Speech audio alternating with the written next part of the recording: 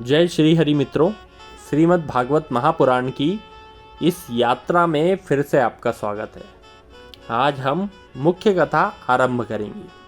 प्रथम स्कंद प्रथम अध्याय।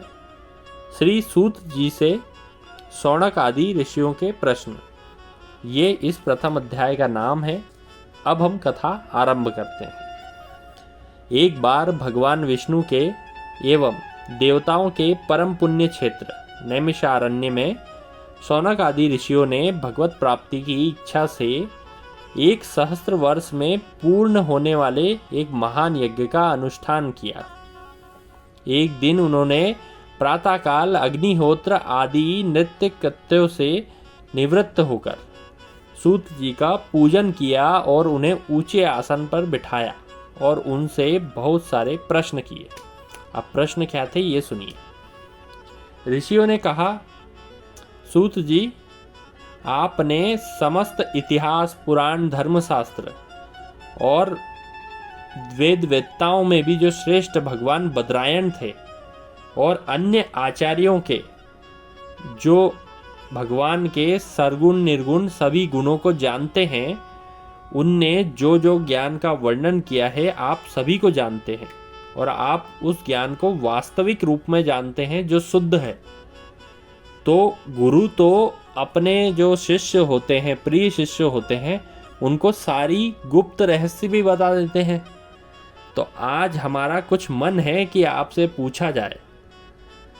देखिए, इस कलयुग में तो लोगों के साधन कम है, आयु भी कम है और साधन करने जितनी एक आत्मविश्वास और शक्ति भी नहीं है। लोग आलसी हो गए हैं, भाग्य तो खराब ही है और अनेक प्रकार की बाधाएं आ गई है। शास्त्र भी बहुत सारे हो गए हैं, अनेक अनेक कर्म उसमें लिखे हुए हैं जो एक साथ कर पाना तो संभव ही नहीं है। तो आप ही अपनी बुद्धि लगाइए और एक सार निकालकर हमारे मन को शुद्ध कीजिए ताकि हम इस ज्ञान का प्रचार कर सकें। यदुवंशियों के रक्षक भगवान श्री कृष्ण ने वासुदेव की धर्मपत्नी देवकी के गर्भ से क्या करने की इच्छा से अवतरण लिया, मतलब संसार में किस लीला को करने की इच्छा से अवतरण लिया, कृपा करके वह हमें बताइए। क्योंकि भगवान का अवतार तो जीवों के परम कल्याण के लिए होता है और मनुष्य का जीवन तो जन्म मृत्यु के घोर चक्र में ही फंसा हुआ है। इसलिए सूत जी, आप उस परम ज्ञान को बताइए जिससे सुनकर हमारा मन पवित्र हो जाए।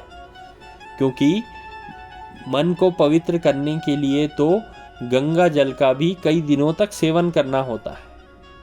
लेकिन जब पुण्यात्मा भक्त जो भगवान की लीलाओं का गान लगातार करते रहते हैं और लगातार इस प्रकार की कथाएं जो है भगवान की लीलाओं की वो सुनते हैं, तो उनका मन तुरंत ही पवित्र हो जाता है। नारद आदि महात्माओं ने उनके कर्मों का गान किया है, यानी भगवान के। तो श्रद्धालुओं के प्रति आप उनका वर्णन कीजिए। अब सूत जी को दूसरे ऋषि मुनि फिर से कहते हैं कि जो प्रभु है सर्वसमर्थ श्री नारायण हरि अपनी योग माया से स्वच्छंद लीला करते हैं। उन श्री हरि की मंगल कथाओं और अवतारों का वर्णन कीजिए, क्योंकि उनके अवतारों की कथा सुनने में भी रस प्राप्त होता है। श्री भगवान कृष्ण अपने को ऐसे छुपाए हुए थे जैसे कि वो मनुष्य हैं सामान्य, लेकिन उन्होंने ऐसी ऐसी लीलाएं की कि ऐसा पराक्रम प्रकट किया जो साधारण मनुष्य कर ही नहीं सकता। आज कलयुग को आया जानकर हम इस वैष्णव क्षेत्र में दीर्घकालीन सत्र का संकल्प करके बैठे हैं और हमारे पास में अवकाश भी है। अतः आप ये पवित्र करने वाला जो ज्ञान है वो हमें दीजिए, क्योंकि कलयुग तो समुद्र के समान लंबा चौड़ा है, कोई कर्णधार मिल जाता है तो ही उसे पार कर पाता है, और भगवान ब्रह्मा की कृपा से आप हमें मिले हो।